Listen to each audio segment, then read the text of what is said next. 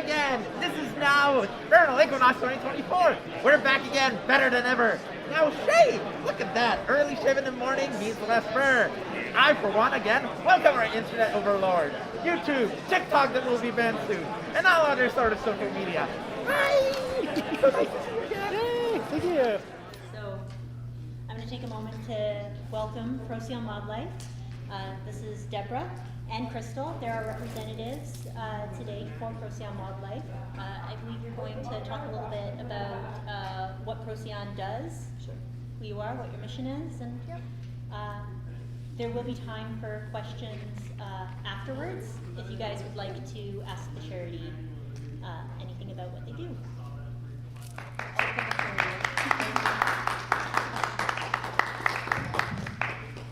Can everybody hear me? Yes. Okay, perfect. So I'm Deborah. I am the license holder, the custodian for Procyon Wildlife. We are a nonprofit charity, and so what we do is we rescue, rehabilitate, and release all native species in Ontario. So there's no need for an animal that's been hit by a car to die on the side of the road just because of a broken leg. So we're here to educate people and let them know that there are actual centers out there that can help our wildlife. A lot of our wildlife gets displaced through construction or different ways of how these animals come to us, and we'll do whatever's necessary to get these animals back on their feet to their best health possible and release them. So I'll give you a little story of one that came through. We had this little deer, a baby deer, that got hit by a car and needed orthopedic surgery, which is more extensive than what just a regular surgery would be. And all our vets work pretty much pro bono for us, but there are times where we have to pay for the expenses of the cost of the surgeries or whatever. And she needed orthopedic surgery, which is going to be like $6,800. And it's like, how can we justify $6,800 for one animal when that could save like hundreds of animals? But again, we're here to help the animal. So we're saying, you know, just do it. We'll figure out a way to do it. Like, I'll sell my soul, I'll do an extra garage sale, we'll do whatever's necessary to get this animal back on its feet. So we said, go ahead and do it. And the surgeon was so excited to actually deal with the deer, because veterinarians usually deal with domestic. There's cats and dogs and stuff like that. They don't actually get to deal with wildlife. And so she thought it was kind of cool that she got to do this surgery on a deer. So she dropped down her price to $1,800, which was a little bit more manageable for us. And so even then, it's still nonprofit. $1,800 for one animal is still quite a bit for us when it's not in a budget or anything like that.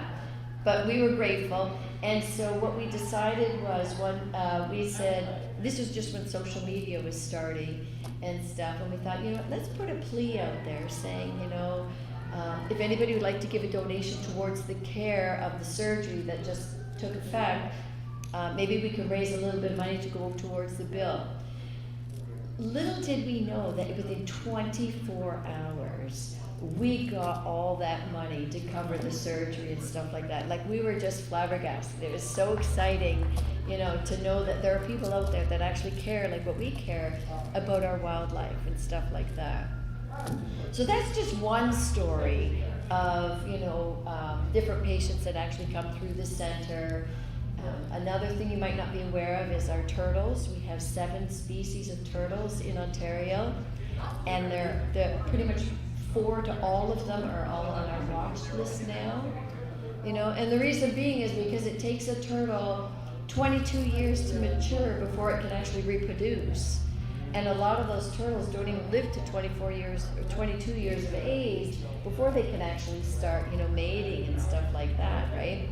So we always educate people saying that if you do see a turtle, or an opossum for that matter, on the side of the road, check to see if there are eggs in this turtle, because the eggs can survive and be hosted in a body in just room temperature. They don't need to be incubated at a certain temperature. Now, if you do incubate them at a certain temperature, you can distinguish what the sex is of that animal. That's one of the species that, depending on the temperature of the species, is what sex you will make that turtle to be.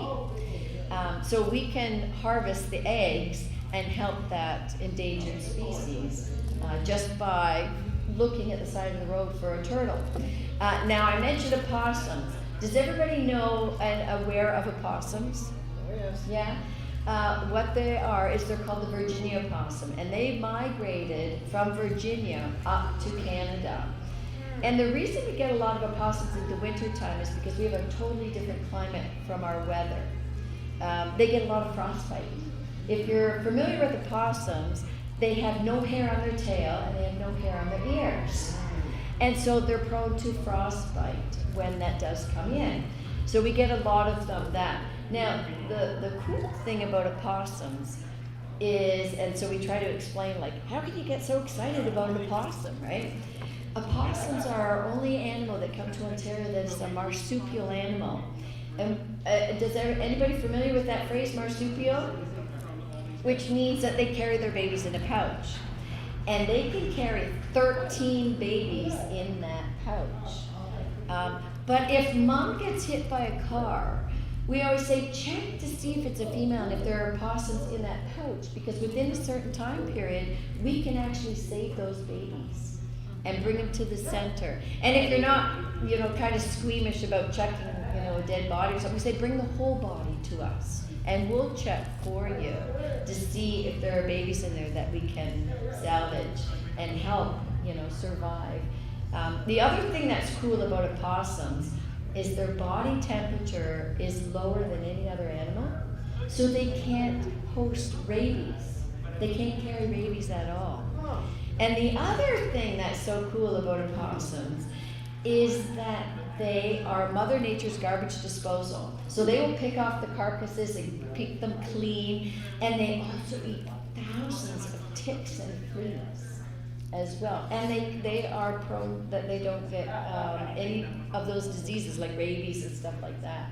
So it's kind of cool about that as well. So that just gives you a little bit of information on our opossums and turtles just to start. And those are just 2 or 3 of the species that we get. Kristen, you want to tell them what we do with our bats that come in for the winter time? So we get bats most often in the winter time, and it's just because of temperature fluctuation. So normally they'd be hibernating, the ones that stayed for the winter in Ontario anyway, they'll hibernate. If we get a bit of a warmer temperature, they wake up. They're like, oh, it's spring. And they wake up, they burn off all their fat stores, so they're really hungry, they're really weak, they're really thirsty. And then they go to try and fly around and find some bugs, and there's no bugs because it's still winter. So then they're in trouble. Someone will find them on the ground or on the side of the house, and they'll call us and say, like, should we just leave it? And we explain to them that they really need to be fed. They need to get all those calories back. They need rehydration because they can't get it in winter. So they bring us the bat. We will feed them and get them back into good condition. And then because it's still winter, they should still be sleeping. So to keep them on the same cycle so that they're healthy and they're not reproducing too early and things like that, we will cool them down in a pharmaceutical fridge. So it's at a very specific temperature, the same temperature they would hibernate at. So we put them in their little container with a little blanket to hang on and a little bowl of water, and they go in the fridge. And then they slow down, they have a little nap, and then 2 weeks later we bring them out and we really, really slowly warm them up. We give them another feed, and then we put them back into hibernation until there's bugs. And so we just make sure they're fed, they're hydrated, they do get their rest that they need, and then when there's bugs, we let them go. So that's what we do all winter long with our bats. 2 weeks in the fridge, a couple of days out, they get fed, get fat, go back in the fridge, and then back and forth. So needless to say, we don't put our lunch in that fridge. Yeah,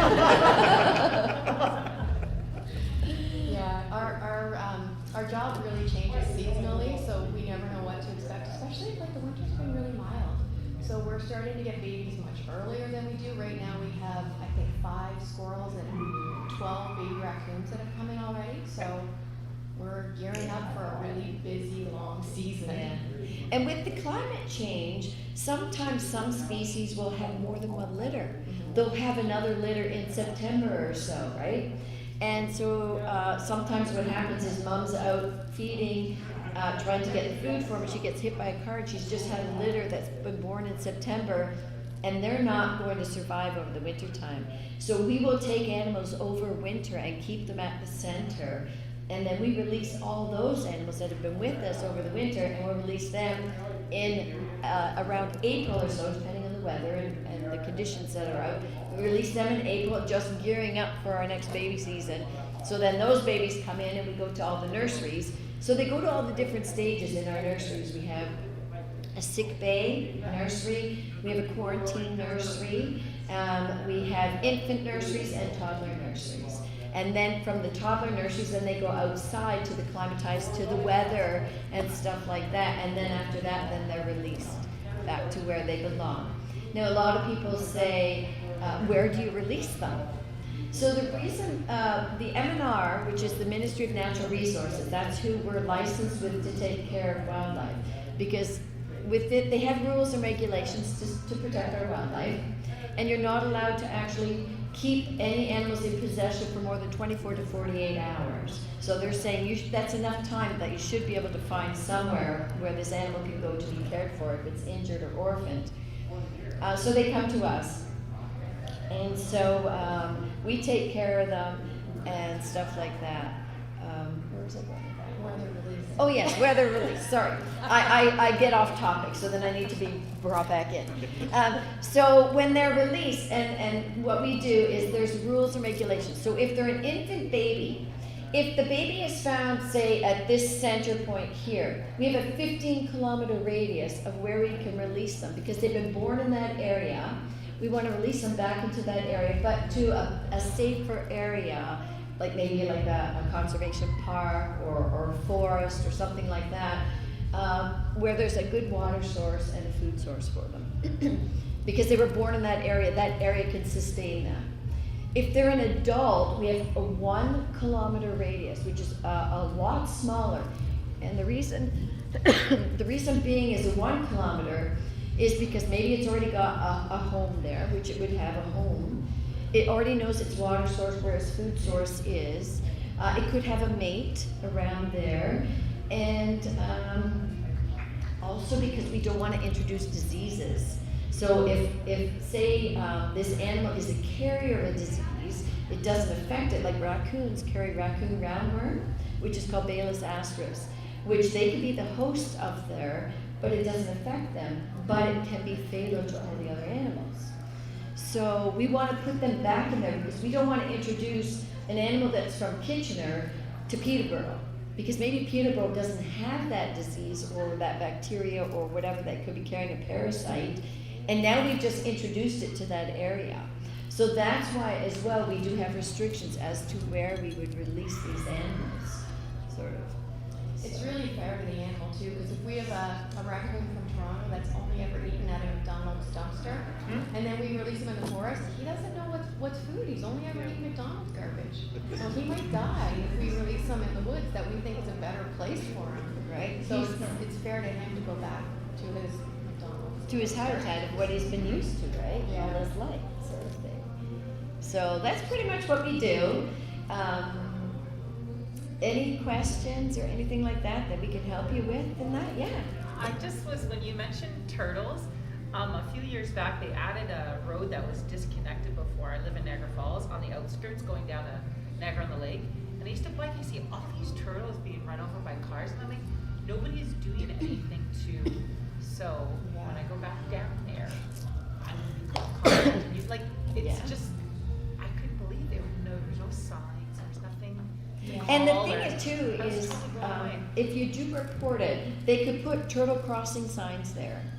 And there's like the Toronto Zoo that has a turtle program as well, where you can report them to there, and then they can publicly put out that, you know, there's an area there where there's a group of turtles that live there or whatever. They can monitor that area and stuff like that too.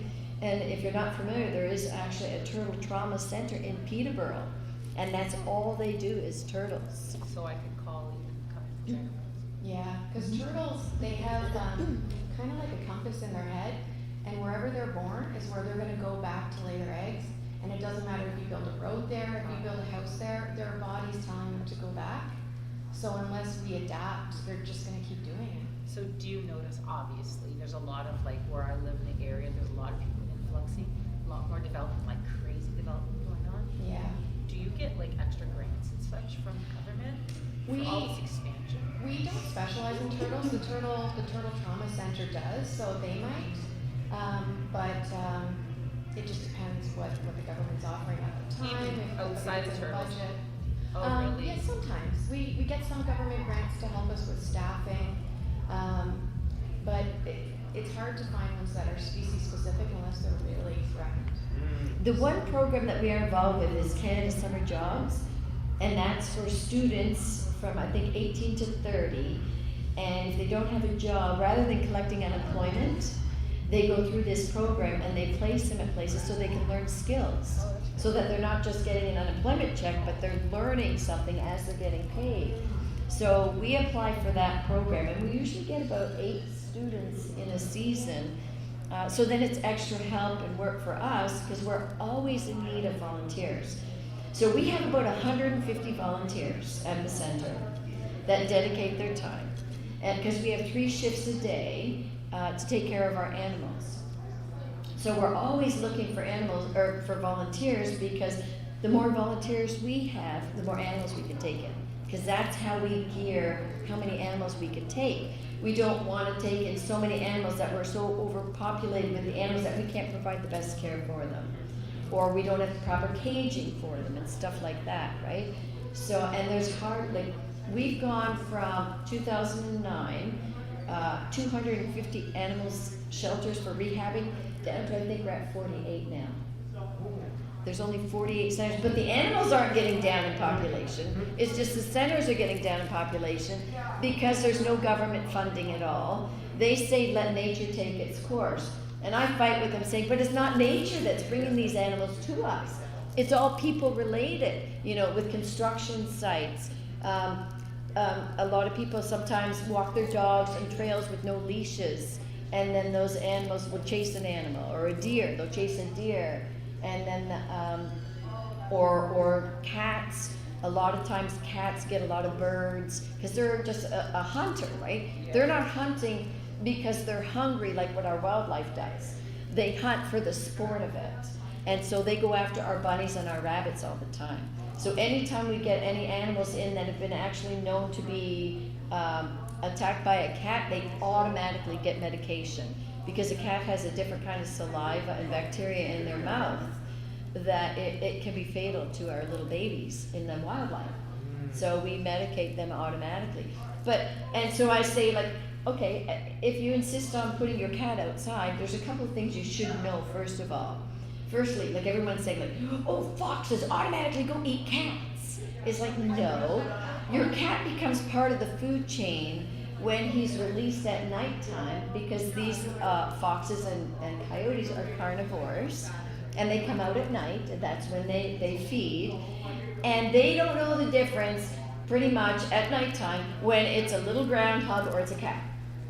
It's just food to them, so then they're going to go after that cat. And if the cats go after the birds and the bunnies and that, okay, it's an outside cat, I understand, but maybe put a bell on your cat. Because that bell will give it maybe a 2 to 5 second lead for that bird and that bunny to get away. Right? So I'm not saying you can't let your cats out, but I'm just saying if you want to help our wildlife, just put a little bell or a collar on the cat as well, right? And that would be enough too that maybe it would deter the coyotes or the foxes from getting them a little bit more too, because they hear this strange sound or something. You never know. It's adorable and practical. Exactly. Yeah. I have one question about, in my neighborhood, everybody's like, there's coyotes, there's an influx of coyotes, and are they actually vicious, like people say that? They're always putting these weird messages. The only time, people, they see coyotes a lot with rabbits or cats, but a lot of times it's roadkill that they just find, so they're opportunistic. But the time we run into a problem with coyotes is when people feed them and they get so used to us that they're not afraid of us. So what we always recommend is if you have a coyote in your neighborhood, it shouldn't be afraid of you. And if it's not, be scary. Like, make noise, Yeah. chase it away. Don't make it associate people with being a good thing. They should still think, you know, we're a predator to them too, and not Okay. approach us. But the only time we ever have issues with coyotes is if people have either raised them and raised them as a single so that they don't recognize their own kind, or they really kind of tamed them by feeding them and rewarding them for coming. And the other thing too is it depends on the season too. It could be mating season and they could have babies. Well, that makes So sense if you're right getting now, a little right? bit too close to their babies, they're going to be defending their babies, sort of thing. But as Crystal said, if a coyote does come up to you, no animal, including a coyote, including a bear, anything, will attack anything that's bigger than them or louder than them. So you want to make yourself that much bigger. Stand tall, put your arms out, and talk very loudly so that you're going to scare them off. And they're like, oh, you know, I don't think I want to tackle this guy, you know. This might be a little bit more than what I bit off more than I could chew, sort of thing, right? And they're going to back off, and you're going to back off very slowly the other direction, and then you're going to avoid the confrontation. So there's not actually free dogs. No. No. They no. look like puppies sometimes when they're little, but no. And that's the same with any animal. These animals are wildlife, and they're first generation wildlife. Now, if you think about it, dogs have been interbred for pets for hundreds of years. So they always take the best personalities and the best qualities of the animal, and they breed them better. Like, you might have a litter of 10, but you're going to pick your best one to have the next litter, right? The best personality or the best coat or whatever, right? And you're going to breed them that way. These are first generation wildlife. So they have that full natural instinct. So even if you see this tiny baby raccoon that's like 2 weeks old, 3 weeks old, and you're going to raise it, oh, it's so cuddly, and oh, well, I've raised it from a baby, and it's going to be fine. No. When it gets to be 8 months old, and those hormones start kicking in, right, he's going to be aggressive, he's going to want to go and mate, and he's going to rip your house apart, you know, or chew your wires and all that stuff, because he's not the same baby you found when he was 2 weeks old. He's now an infant, or he's now like a juvenile, and he wants to get out there. You know, like even with ours, if we keep our raccoons too long, we have to separate them from the males to the females on one side. And the males are on the cage just going like this, going, I want to get over there, I want to get over there, sort of thing, right? You know? So that's what's going to happen if you raise, you know, these babies thinking, oh, they're so cute and cuddly. No, there's so many dogs and cats that need homes.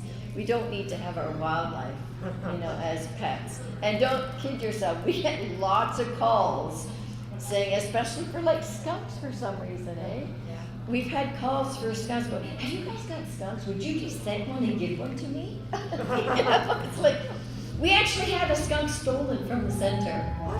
Yeah, and we caught it on our security camera, and he actually went to jail. A grand theft skunk. So they kidnapped and stole this tiny baby skunk that was what, 2 weeks old? I Not guess it even was?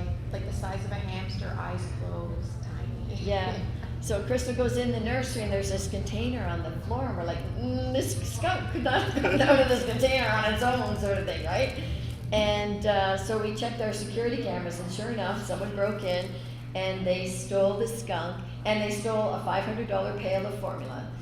And so I called the police, and they're like, I go, can I report a theft? And they're like, sure. And I go, I got a skunk stolen. And they're like, excuse me, what did you say? You know, I go, well, somebody stole my skunk. And they're like, okay, so, you know, like what?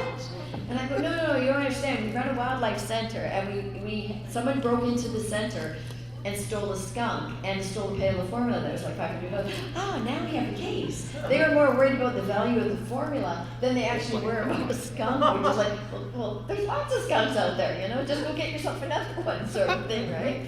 It was kind of bizarre, the conversations that we were actually having with the police, sort of thing. But Kristen, you can explain that day, what happened that morning and all that stuff, right?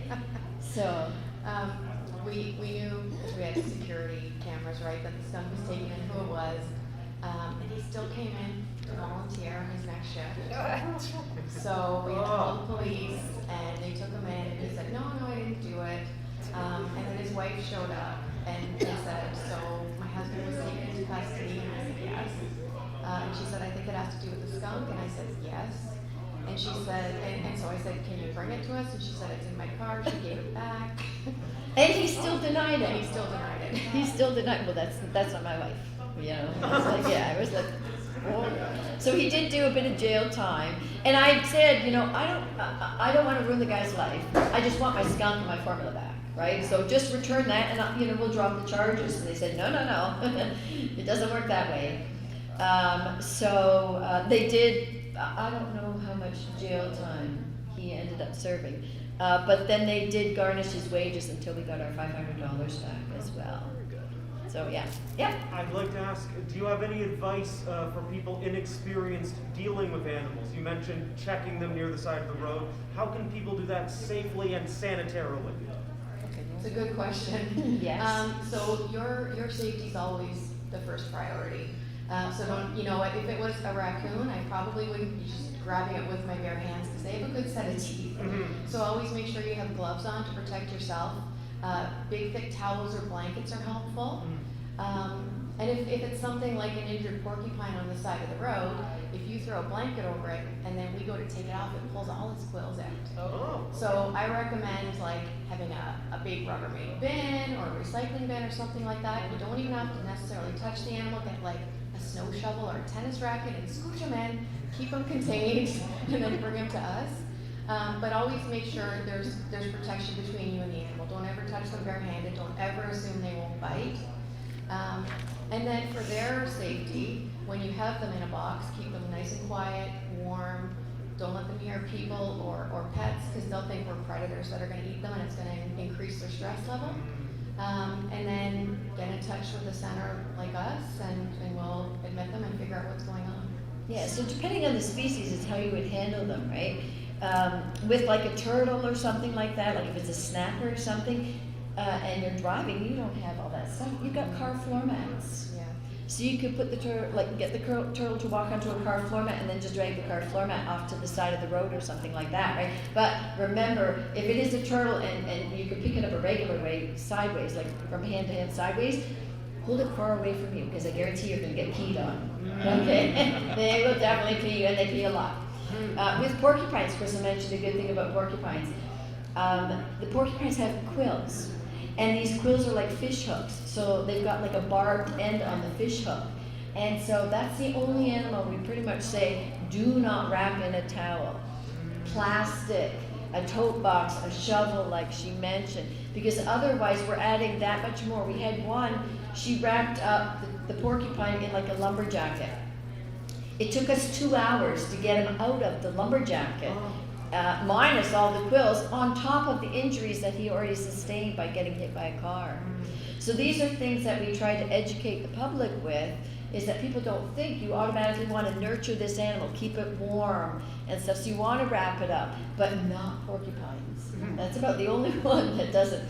The other one with turtles, remember I mentioned about turtles, if you see turtles, don't put the turtle into water when you are bringing it to us, because a lot of times they have the shell directly underneath, like that shell is part of them. They never leave that shell. It grows with them and it expands. But underneath that shell is their lungs. So if you're going to be putting them in water and their shell is cracked, you're going to drown them. So that's when we dry dock the turtles, because we need that shell, which is a bone, which will actually, you know, heal on its own when we sometimes glue it, or we get curtain hooks and we glue the epoxy curtain hooks on, and then we get wire and do a figure eight and pull the shells together to heal so that bone can heal. Almost like a cast with our arms are broken, right? They want it immobilized and they want it put together. So we'll get these little hooks, and then we get wire and we do sort of a figure eight and pull the shell together, but we have to dry dock them so that way they can't go in water to drown, because the lungs are right there. So, any other? And I assume that scales proportionally. The smaller animals we might be able to deal with. If you have a baby deer, maybe immediately call the wildlife? Yeah, deer especially, mom leaves them alone when they're really tiny little babies because they can't run and keep up with her. So she hides them in the grass, they camouflage, they tuck right in, they have no scent of their own, so a predator wouldn't know they're there, but mom has a scent. So she'll be off, eating and doing what she needs to do. The baby's safe away from her until it's big enough to follow her. So sometimes we find fawns and we think mom's left them and something's wrong, but she's actually doing that for their protection. So we can always advise you on things like that too, whether it looks normal or it might be healthy, might not be healthy, and we can suggest signs you look for. Yeah, we always say call. Oh, sorry, go ahead. Oh no, but I was going to say you're right. Like a little eyes closed baby squirrel is probably not going to bite you or scratch you, but still be cautious. Yeah. So she mentioned about mom doesn't have a scent. So rabbits and deer are the ones that mom comes first thing in the morning. She feeds them, and then she's around the surrounding area, but she's not with her baby because the predators would smell her out. Right? So she wants to be around to make sure they're safe, but she takes off and she's around.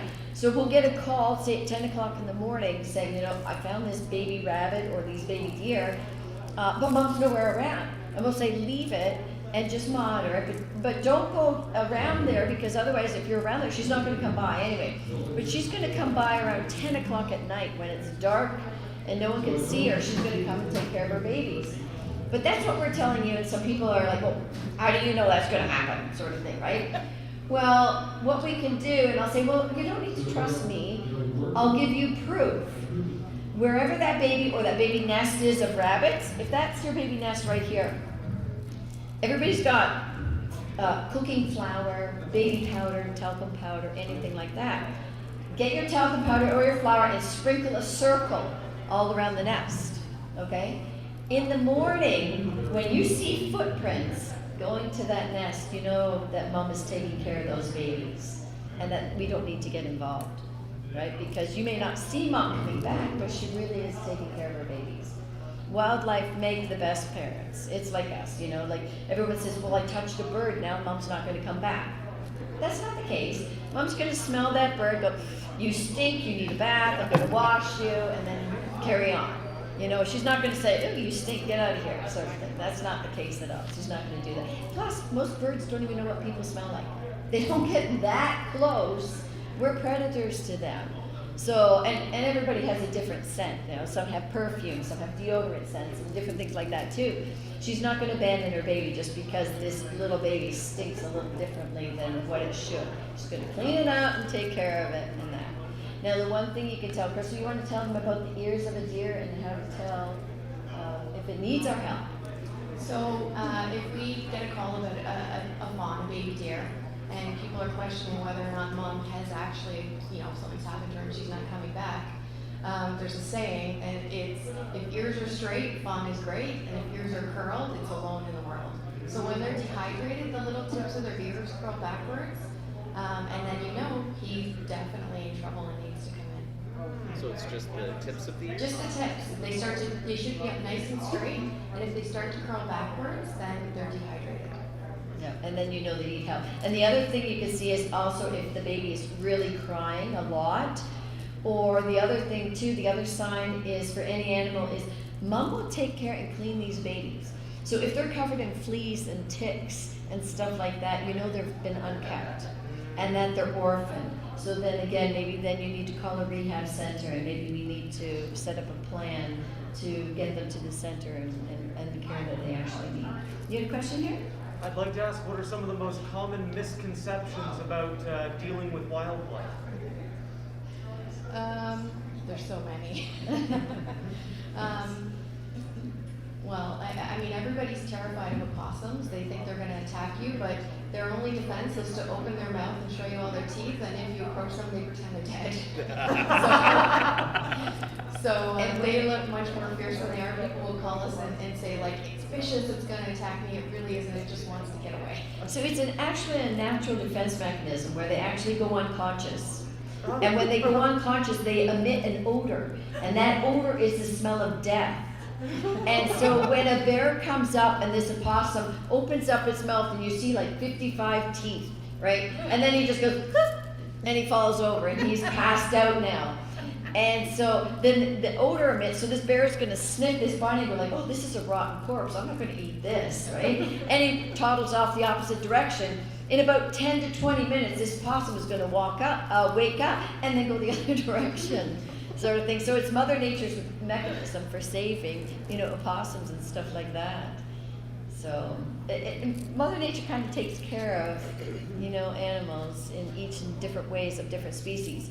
Another myth that we debunk, and we actually have handouts at our booth right now about debunking all the different, about all the different things that we try to educate the public in as well. It's like a lot of people like to feed birds and hummingbirds and stuff like that, but they put a red dye in the water. Don't put that red dye in there. They don't need it, and it's harmful to them.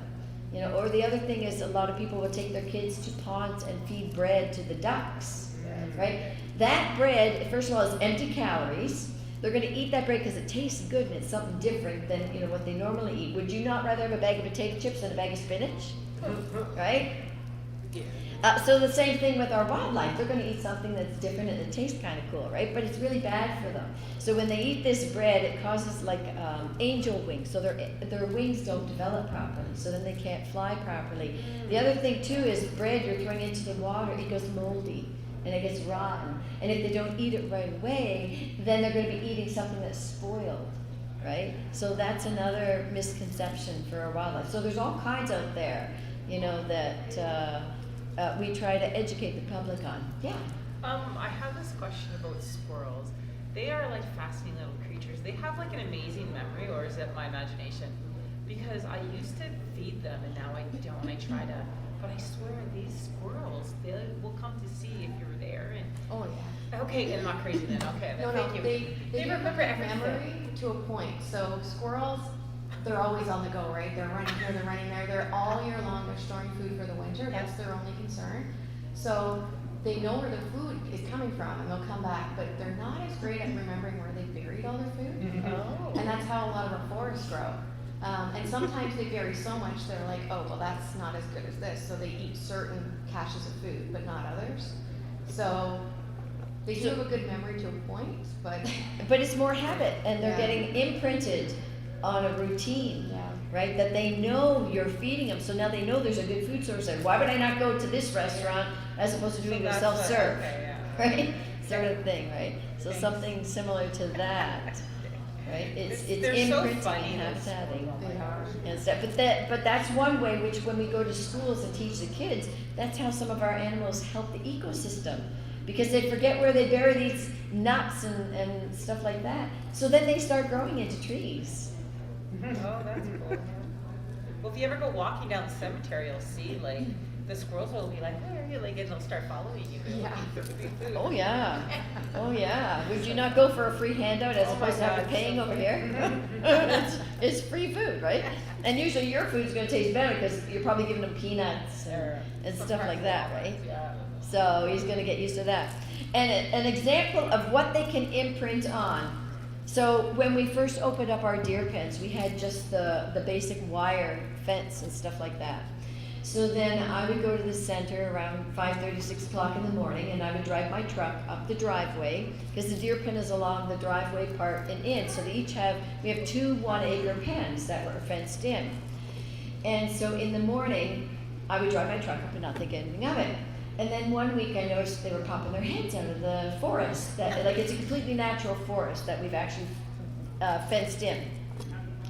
And so I noticed one week that they're actually peeking out of the forest looking at my truck. And I went, oh, they're getting a little bold and brave, right? About 2 weeks later, they were actually out of the forest, standing, looking every time they heard my truck coming by. And then, as it progressed, the next week or 2 weeks after that, they were actually at the fence line, going like, oh, that's that truck again. I'm going to get fed. Because after I would arrive to the center, about 15, 20 minutes later, I would go and feed the deer. Well, then by the end of it, they were actually running along the fence line, chasing my truck, because they got imprinted on my truck, knowing that in 10 to 15 minutes, I'm going to be at this gate and they're going to feed me. So we had to build a privacy fence so they couldn't see vehicles coming and going now. And that just shows it's just not imprinting on people, but it can be objects or things. So it's actually my truck It that was they my were car getting too. I was used like, to. how does that And they related my truck to food. And I'm thinking, like, we have to build something because we can't release these deer and then have them chasing along the side of the road, all these cars thinking they're gonna get fed, right? Following blue trucks all the time, you know? So it just goes to show you, like, habits, you know, like maybe certain times you were feeding them and stuff, so they get used to stuff like that. We just have a few minutes left. Sure. I just See, I told you I could talk forever. But if there are any last minute questions, we have about 4 minutes. Okay, sure. Any more questions? Sure, go ahead. What would you suppose the most difficult animal to deal with is in your line of work? Porcupines are really difficult to handle. If they need fluids or medications, we have to be really careful where we grab them because they're covered in quills. Skunks will spray us. So they're another one that can be hard to deal with. Yeah, certain animals like fishers, they'll have really, really strong teeth. But we just find a way to work around it. But those are some of the most difficult. And fawns, like Deborah said, because they just love people so easily. It's tough love. Like they can't love us. We have to, you know, back away. And sorry, you mentioned fishers. Yeah. So fishers are like the biggest member of the weasel family. And they have huge claws, they have big teeth, they're like an apex predator. And we've only ever had one, but we just be extra careful when handling it because we want it to be wild. That's the ultimate goal, but it could be dangerous to us. So. And if you ask any rehabber, we would rather deal with a coyote than a red squirrel. Oh yeah. Red squirrels are like attention deficit disorder. And they bite you to the bone. They're crazy. They're crazy. At least a coyote has the fear of you and will go in the back of the corner and you can deal with them and stuff like that. Red squirrels are just insane. Any more questions? Any other questions? No?